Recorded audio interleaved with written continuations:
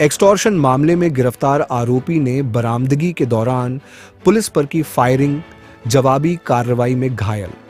फरीदाबाद हरियाणा में एक्सटॉर्शन के एक गंभीर मामले में गिरफ्तार आरोपी द्वारा पुलिस टीम पर फायरिंग किए जाने का सनसनीखेज मामला सामने आया है। अपराध शाखा सेक्टर 30 की टीम जब आरोपी को बरामदगी के लिए लेकर गई थी, उसी दौरान उसने पुलिसकर्मी पर हमला कर सरकारी पिस्टल छीन ली और भागने की कोशिश में फायरिंग कर दी। पुलिस की जवाबी कार्रवाई में आरोपी के पैर में गोली लगी, जिसके बाद उसे काबू कर लिया गया। इस प्रेस वार्ता के माध्यम से आपको अपडेट देना चाहते हैं कि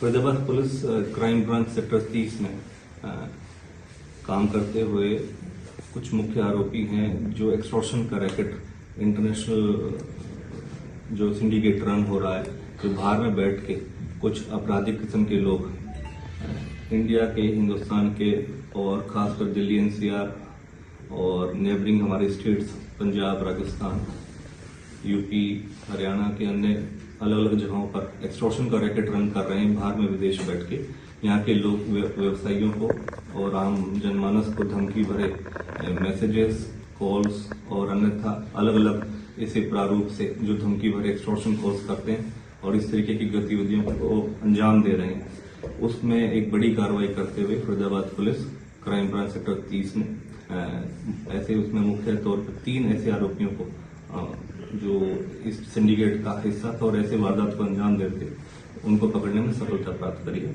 मुख्यतः इसकी पृष्ठभूमि इस प्रकार से है कि फरीदाबाद के अंदर किसी एक व्यवसायी को काफी समय से थ्रेट प्राप्त हो रही थी बाहर बैठे कुछ ऐसे आपराधिक किस्म के लोगों के द्वारा, और उनसे काफी बड़ी मात्रा में उनसे एक्सटॉर्शन मनी मांगी जा रही थी। इस संबंध में मल्टीपल टाइम्स उनके पास कॉल और मैसेजेस प्राप्त हुए और उस संबंध में कार्रवाई करते हुए जो हमारी कमिश्नर पुलिस हैं श्री सत्येंद्र गुप्ता के मार्गदर्शन निर्देशन में जो हमारी क्राइम ब्रांच है निरंतर इस पर नजर बनाए रखी हुई थी और ऐसे अपराधियों की तलाश में थी कि कौन ऐसे व्यक्ति विशेष जो ऐसे सिंडिकेट का हिस्सा है और ऐसी कार्रवाइयों को, गतिविधियों को अंजाम दे रहे हैं। तो उसी के मद्देनजर हमारे सत्येंद्र गुप्ता जो सीपी फरीदाबाद है, उन्होंने डायरेक्शन दिया और हमारे डीसीपी क्राइम श्री मुकेश मल्होत्रा के मार्गदर्शन में टीम गठित करी गई, जो निरंतर इन सिंडिकेट के सभी जो हेंचमैन हैं, जो ऐसे गुर्गे हैं, उनके ऊपर काम कर रही थी। कौन सिंडिकेट को रन कर रहा है, ऐसे कितने उनके गुर्गे हैं जो आसपास इस क्षेत्र में एक्टिव हैं, उनके खिलाफ कार्रवाई करते हुए 3 ऐसे मुख्य आरोपियों को जिन्होंने इस वारदात को अंजाम दिया, उनको पकड़ने में सफलता प्राप्त कर लिया। इस क्राइम ब्रांच जो सेक्टर 30 है, इनको जो लीड कर रही थी टीम, उसमें जो मुख्य तौर पर इंस्पेक्टर अनिल है, उनकी मुख्य भूमिका रही है और उसके साथ हमारी अन्य क्राइम ब्रांच सेक्टर 48 और सेक्टर 85 के इंचार्जेस और उनकी टीमों ने भी इस चीज के अंदर योगदान दिया है। इसमें मुख्य तौर पे जो हमारे यहाँ पर फरीदाबाद के अंदर एक व्यवसायी है, जिनको काफी समय से इस तरीके के एक्सटॉर्शन कॉल्स और धमकी भरे मैसेजेस प्राप्त हो रहे थे और काफी बड़ी मात्रा में उनसे एक्सटॉर्शन मनी डिमांड करी जा रही थी। और जब उन्होंने उस चीज को नहीं माना तो काफी समय बाद जब पुलिस को उसमें इतला करा गया तो पुलिस ने उस पर तुरंत प्रभाव से कार्रवाई करते हुए केस रजिस्टर्ड करा और उसमें देखने में ये आया कि कुछ दिन पहले उनके घर पर एक्सटॉर्शन एक लेटर भेजा गया और उसके अंदर कुछ एम्यूनिशन था, गोलियां थी, जो थ्रेट लेटर था उसके साथ।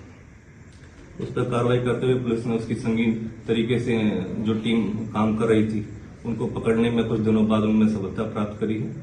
और मुख्य तौर पर जब इन्होंने जो धमकी दी थी उसके बाद एक और वारदात को अंजाम देना था। अगर इनकेस अगर ये धमकी देने के उपरांत अगर एक्सटॉर्शन मनी नहीं देते तो शायद ये कुछ और